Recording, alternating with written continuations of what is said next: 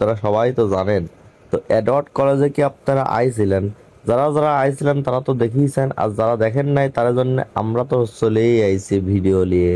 একবার লক্ষ্য করেন কলেজের এই মাঠের দিকে হাজার হাজার লোকজন, আর আমি যদি অন্য দিকের কথা কই, সব জায়গায় প্রায় লোকজনে ভরা।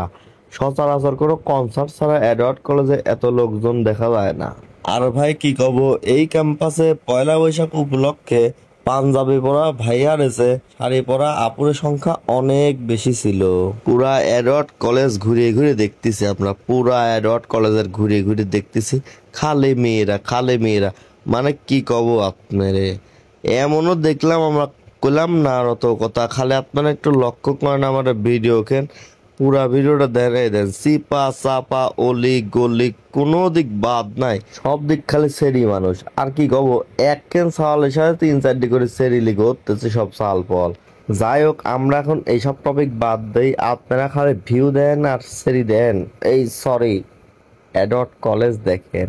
আপনারা এখন সুন্দরভাবে দেখতে থাকেন কত সুন্দর সুন্দর পরিবেশ আমরা এইখানে আপনাদের দেখাতে চলেছি। এই জায়গা শহীদ মিনার, এই জায়গা সুন্দরী, এই জায়গা সাওয়ালপল, এইদিকে আবার মনে করেন কি আরো কিছু সুন্দরী। মানে আমি যেদিকে যাই সেদিকেই সুন্দরী, সেদিকেই সুন্দরী, সেদিকেই সুন্দরী।